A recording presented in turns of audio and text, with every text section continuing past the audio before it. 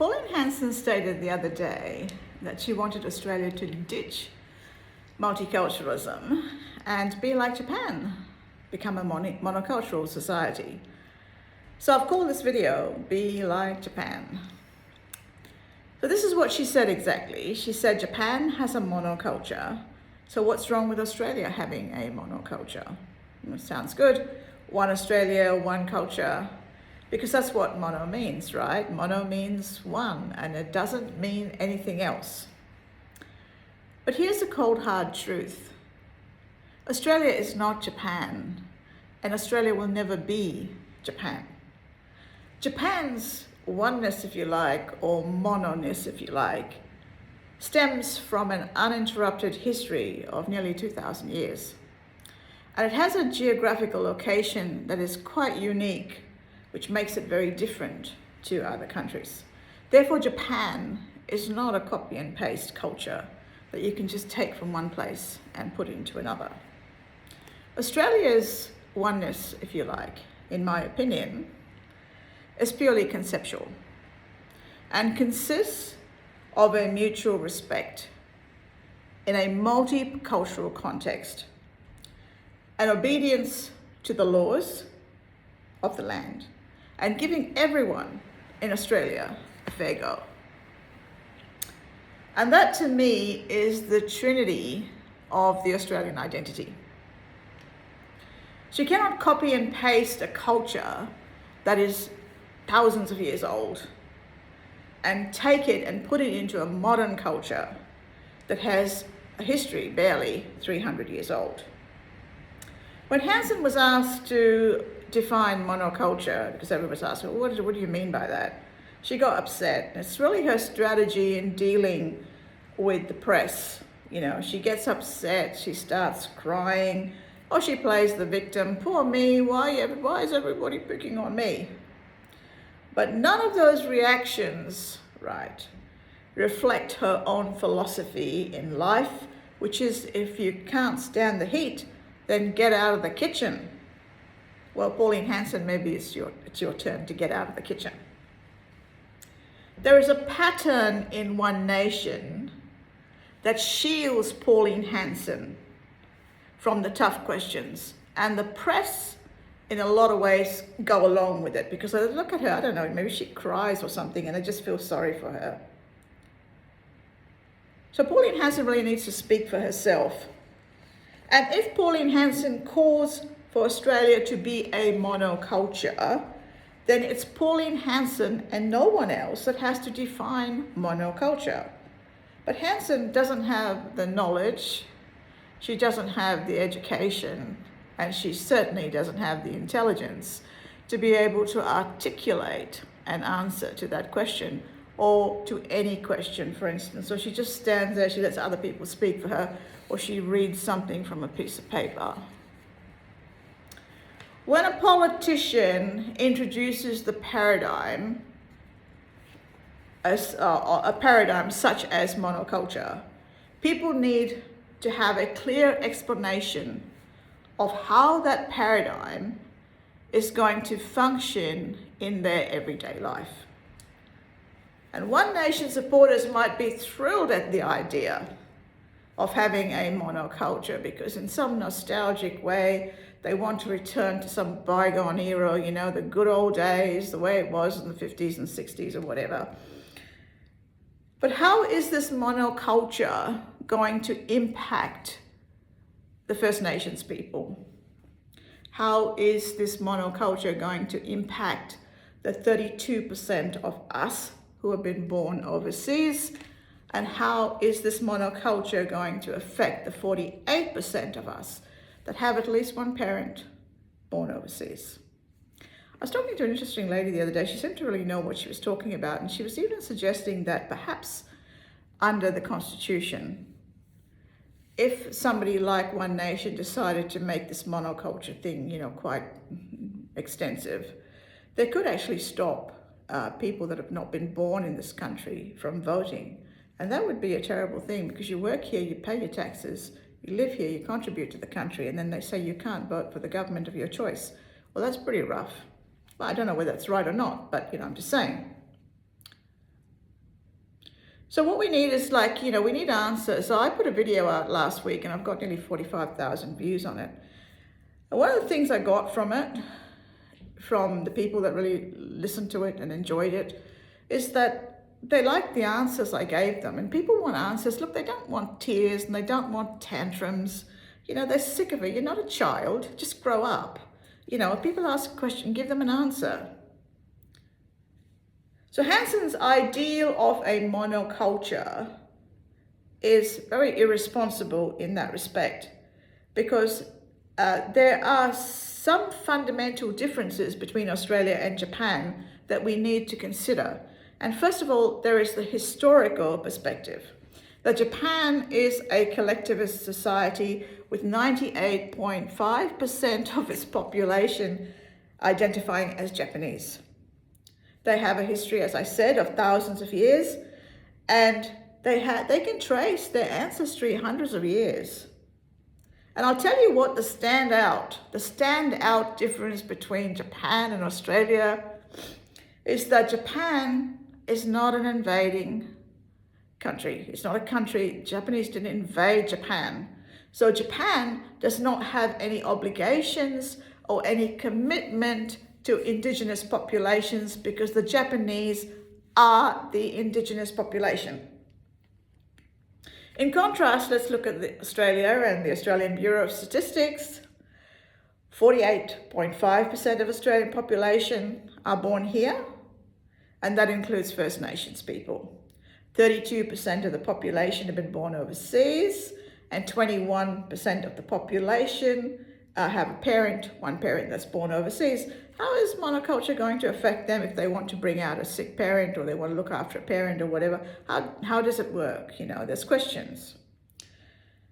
And there is no guarantee that this 48.5% born here share any blood ties. That is so true. They could be married, all kinds of different marriages and intermarriages and things like that. And Japan is not like that. Japan can trace their ancestry back.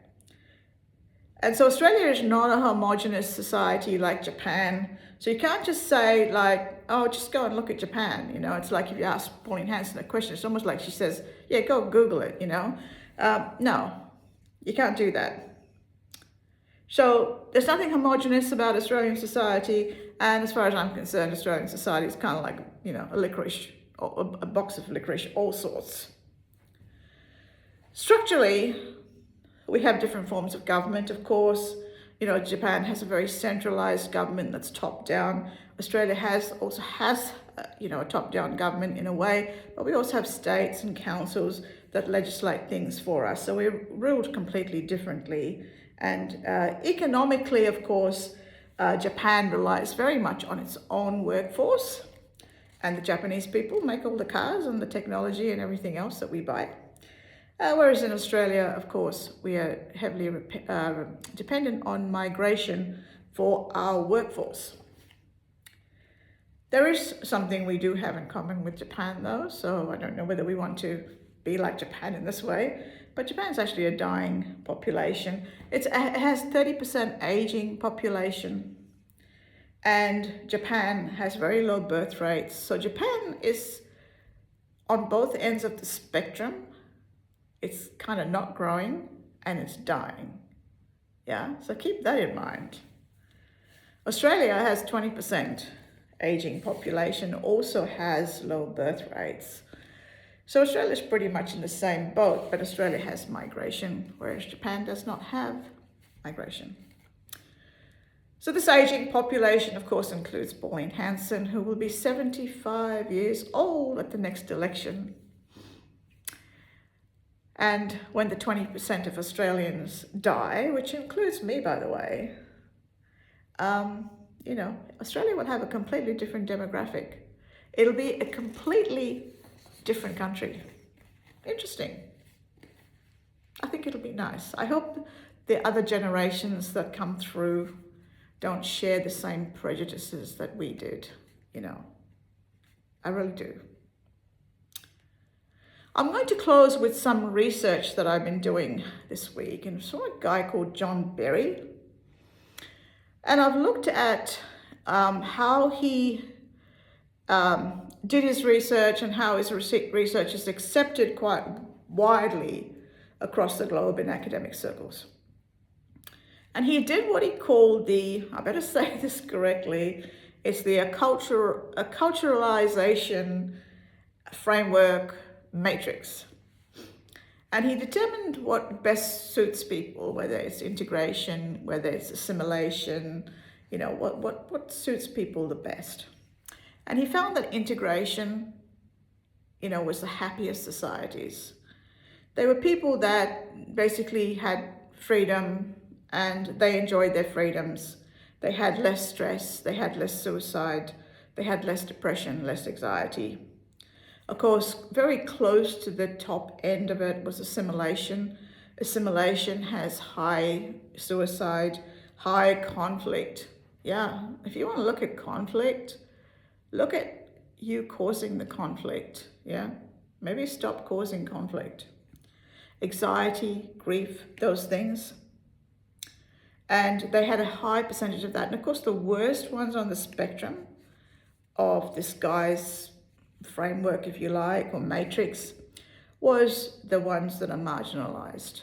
And I used to have some very strong views about gay people and men who wore dresses and, transgender people. But as I educate myself, of course, I change a lot. And I don't want to see anybody marginalized in a society because it's very, very painful for them. And this guy's research just proves that they suffer a great deal because they are rejected by society. So I'm not sure whether Pauline Hanson is playing some word game, with all these words, but she really needs to be careful because she is actually inflicting a lot of stress on people. And then by not explaining it, she kind of just leaves it out there dangling and you don't know. And somebody said to me, oh, she does that because she's very intelligent. I don't think so. So when I studied this matrix, I found out that, I realized that Western culture also, the European culture, and I include all the white people in that, so don't tell me you didn't say Irish and you didn't say French or whatever. Okay, I'll just say all European people. They also are suffering cultural grief because they're losing aspects of their culture, they're losing part of their history, they're also suffering. And we need to take that into consideration. And I guess in a way, Pauline Hanson gives them the answers that they need, and they have somebody speaking for them, and they feel comforted by the fact that somebody cares about them. But going forward, dominance is not the answer. It's not the answer to say that my culture is dying, so therefore I have to rise up and become really violent and aggressive and take back my culture. That's not going to be the way to do it because you're outnumbered for starters. So, in my opinion, the only way going forward is for us to negotiate these things and to learn to live peacefully with each other and learn to accept each other and have mutual respect by integrating with each other, but not necessarily losing our own culture and our own identity, which basically is what multiculturalism is. So, I just want to finish with this back to Japan. So you can't really say, just be like Japan, because Japan is not really a model for Australia to follow, because Japan also has, problems. And I watch a lot of SBS. I love SBS. I love ABC. And, I learn a lot of things about these countries, and Japan is just, like this whole places where, there's nobody living and old people don't have anybody to look after them and the young people are committing suicide and they have very high suicide rates and there's a lot of depression and there's a lot of anxiety in that community. So it's not really the ideal, like, oh, look at Japan. It might appear wonderful on the outside, but on the inside it's breaking down. So going forward, I like Australia as it is. I like Australia as a multicultural society. I don't think we need any more stress or anxiety. But if Pauline Hanson really wants to talk about monoculture, she should come out and actually tell us what she thinks monoculture is. So thank you so much for sharing my videos. Please like and share this one too if you did like it, and comment below. And I tried to answer as many comments as possible. Thank you for listening, and have a wonderful day. Bye.